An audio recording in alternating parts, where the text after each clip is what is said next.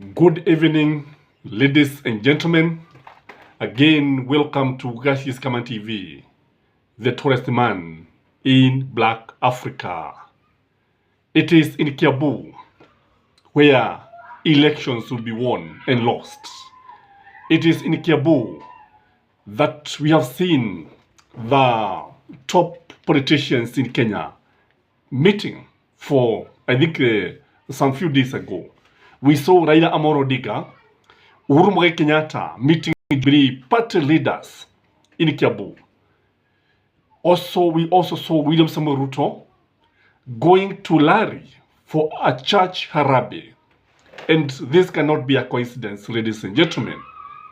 It is very, very important to note that apart from Nairobi, Kiambu's population does not match anywhere near any other county. Kiambu has the highest population in Kenya, save for Nairobi. Kiambu can easily influence the neighboring counties. It neighbors Nyandarua and Murang'a.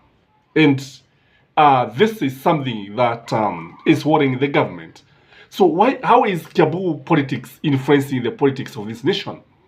Because there's no way that William Samoei Ruto can go and pick the governor of Kiambu, Kimani Matagi, go to Thika and pick Alice Ng'ang'a and Gatodo member of parliament and other leaders from Kiambu to converge in the church, and then they gave more than 2 million. And they also promised that William Samoei Ruto promised that he was going to send Andrew Amurada, who was also in that meeting, to go and give her donation, harabe donation on February. He gave the date of February. So what is it that is in Kiambu, the home county of UHURU Kenyatta? What is this that is happening in Kiambu that is attracting the attention of the president, the attention of Raila Amolo Odinga and UHURU Kenyatta? So in my view, there are a number of reasons that could be motivating this high voltage politics in Kiambu. Number one, in my view, is that Kiambu businessmen are worst affected by William Samoei Ruto's policies. They are feeling the heat. If there are people who have been affected by William Samoei Ruto's tax policy, it is the people of Kiambu. You know, most Kiambu people are businessmen and they love business. Ni wafanyi biashara. Tunapenda kufanya biashara. Na kusema ukweli, we are the one who are feeling the pain more than any other community.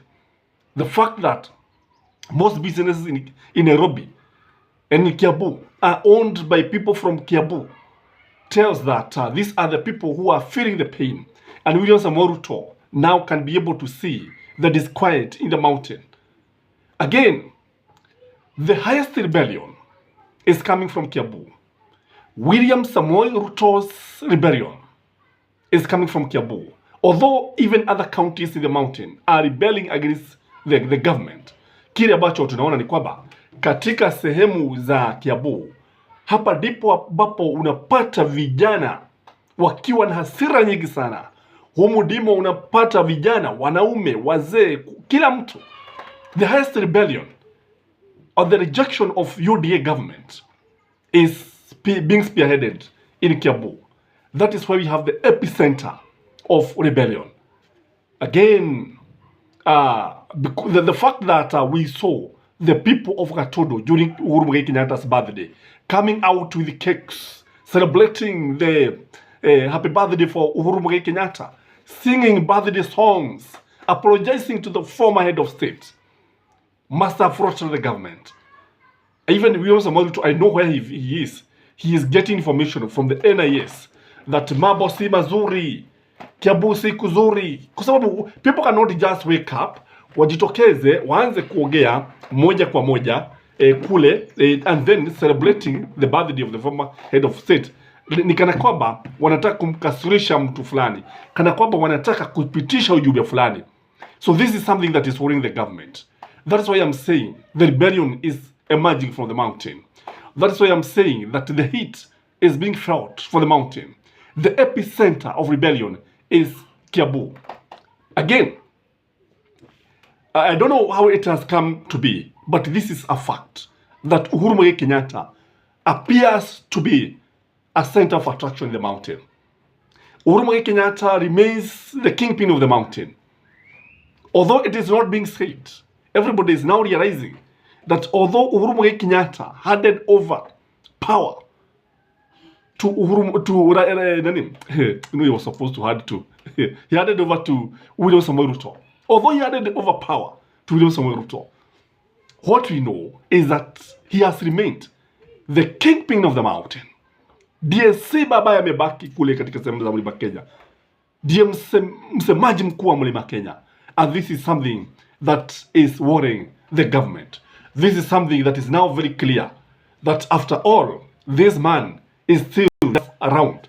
Again, the fact that there has also been demonstration in Gatodo North due to poor roads. Watu wamekuwa wakijitokeza barabarani wakikashifu uongozi dhalimu ambao haujali maslahi ya wafanyikazi, maslahi ya wakulima, maslahi ya watu wa bodaboda, maslahi ya mtu wa kawaida. The fact that the farmers are demonstrating, and this is where we have the highest number of population. The fact that the people of Gatodo North could come out and start demonstrating must have worried William Samoei Ruto. And what is happening is that AZIMIO is taking note of this. And AZIMIO is knowing what is happening. And that's why AZIMIO is now coming out very, very strongly to fill the gap. You know, what I've always opined in this channel, that in politics, you cannot have a vacuum. A leader goes and another one emerges. That is the nature of politics. So what is happening? That UHURU Kenyatta, the fact now he appears to be the kingpin, and then all this demonstration is something that is very, very clear. There is also the issue of Maina Jega influencing the youth of Kiambu. You know, Maina Jega, wherever he is going, he is receiving a hero's welcome. Mlijionea yale ambayo alikuwa pale Roilo. When he went to Roilo, he was received like a king. The youth came out in large numbers, singing, praising, singing Mau Mau songs. So, any government would now not take note of Maina Jega. Unajua mwenye macho habiwi tazama. Kwamba kila mtu anaona ya kwamba Maina Jega is coming out very, very strong. And that is why that men's conference of that fast was declared illegal by the county commissioner through the influence of Rigathi Gachagua and William Samoei Ruto. You cannot tell me that they just woke up and said that we are not going to have it. The fact that many people of Kiambu, Muranga, Nyeri, and whatnot are saying that they were going to grace that occasion is something that is worrying the government. And maybe through his intelligence, because I've always opined that the president is a fast consumer of intelligence information. He consumes this intelligence information every day, every hour, every minute. He must have known that many people in Kiambu will grace, or many youth intend to go to Nyeri for men's conference. What do you think, ladies and gentlemen? Because from where I sit, William Samoei Ruto will lose the presidency starting from the Kiambu County. I'm telling you, Kiambu is playing a central role. That is why you see people like Pauline Njoroge, who comes from Kiambu, having a lot of influence on the youth.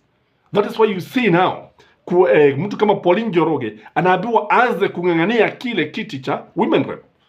In fact, she doesn't know whether she will vie Nairobi or Kiambu, because the support that he's likely to get would actually shock Kenya Kwanza. I don't know what you think, but from where I sit, it is in Kiambu that UHURU Kenyatta will come back to politics. Have a blessed evening. Till next time, adios.